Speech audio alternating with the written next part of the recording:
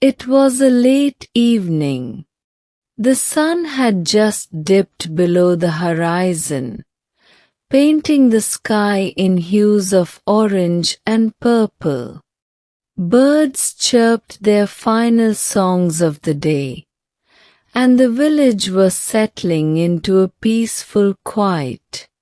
Two schoolboys, Robert and Kim, walked home after a long day of classes.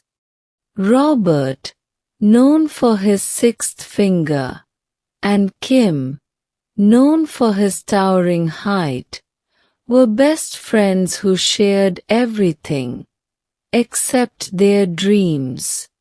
Robert dreamed of becoming the smartest man in the world, while Kim longed for strength and adventure.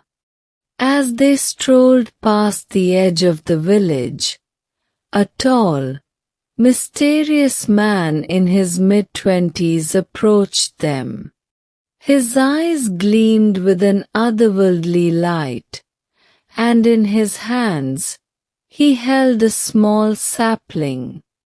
"If you grow this sapling," he said, his voice deep and resonant, "you will become superheroes in 10 years. The boys exchanged skeptical glances.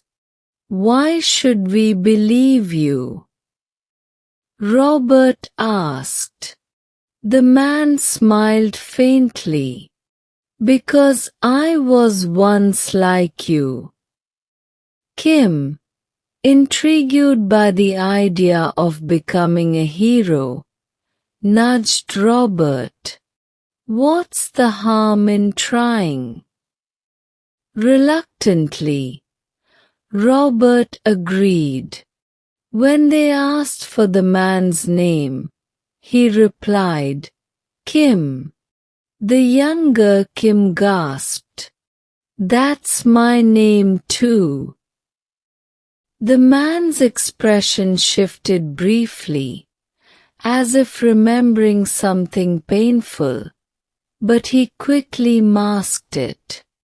"Take care of the sapling," he said before disappearing into the twilight. The boys decided to plant the sapling in the mysterious forest, a place shrouded in legend.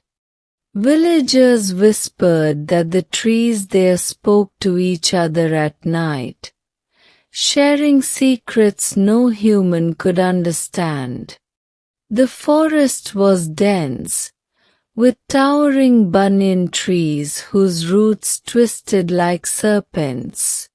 Few dared to enter, but Robert and Kim were too curious to resist. They found a spot near a massive banyan tree and planted the sapling. As they patted the soil around it, a cool breeze swept through the forest, carrying with it the faint sound of whispers.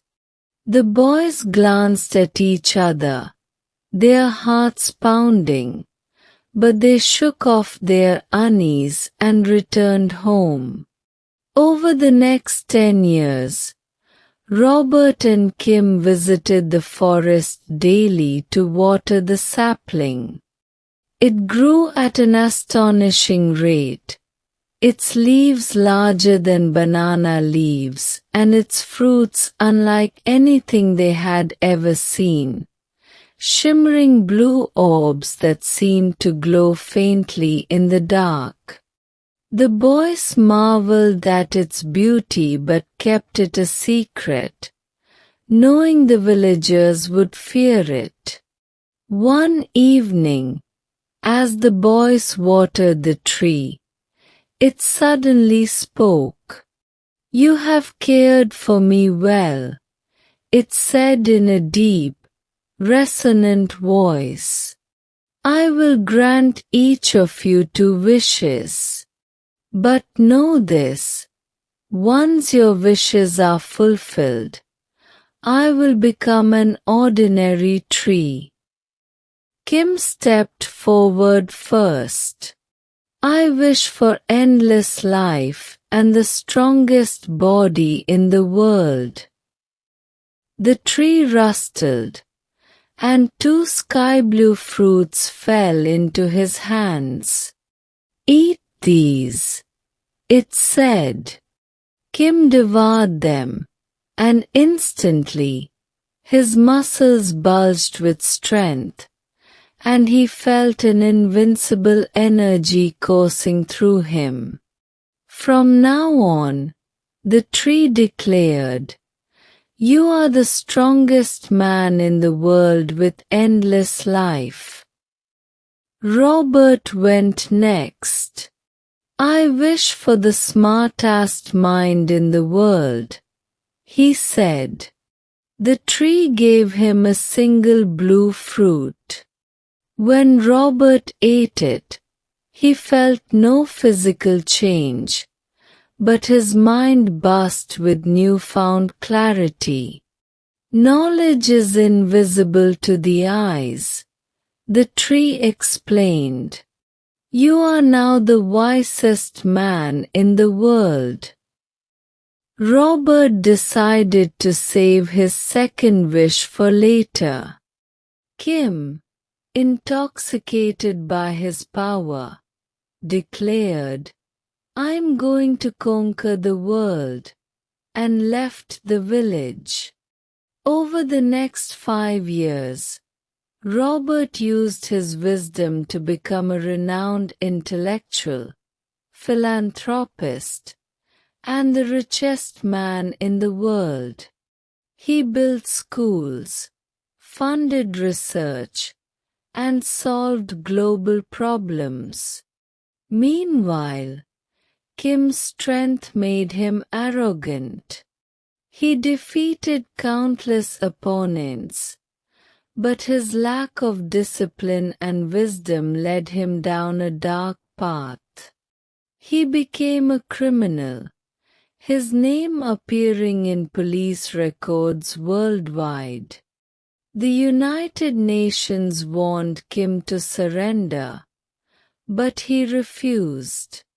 Despite numerous attempts to capture or kill him, no one could harm him due to his immortality. Robert wanted to help his friend, but didn't know how. Then, an idea struck him. He returned to the mysterious forest and asked the tree for his second wish, a fruit to make him wiser. The tree agreed, warning Robert that this would be its final act. After giving him the fruit, the tree transformed into an ordinary banyan tree, its magic spent. Robert rushed to Kim and challenged him to eat the fruit, claiming no one had been able to bite it yet. Kim, always eager to prove his strength, devoured it. Immediately, he fainted. When he woke up, he was filled with remorse for his actions. He thanked Robert and surrendered to the police. The court sentenced him to life in prison for his crimes, but due to his good behavior, he was released after 60 years. Though he looked like a 20-year-old, his soul carried the weight of his mistakes. Robert visited Kim in prison every day, but 1 month before Kim's release, Robert passed away. Devastated, Kim wept at his friend's grave, consumed by guilt. Desperate to undo his gifts, he returned to the mysterious forest. To his surprise, another tree spoke to him. Your tree is sleeping, it said. It will wake up later. But before sunset, you must give this sapling to someone else to return your gifts. The tree handed him a sapling and urged him to hurry. Kim ran through the streets, offering the sapling to everyone he met, but no one was interested. As the sun began to set, he spotted two schoolboys walking home. He gave them the sapling, explaining that it would make them superheroes in 10 years. When he asked for their names, one boy replied, "Robert."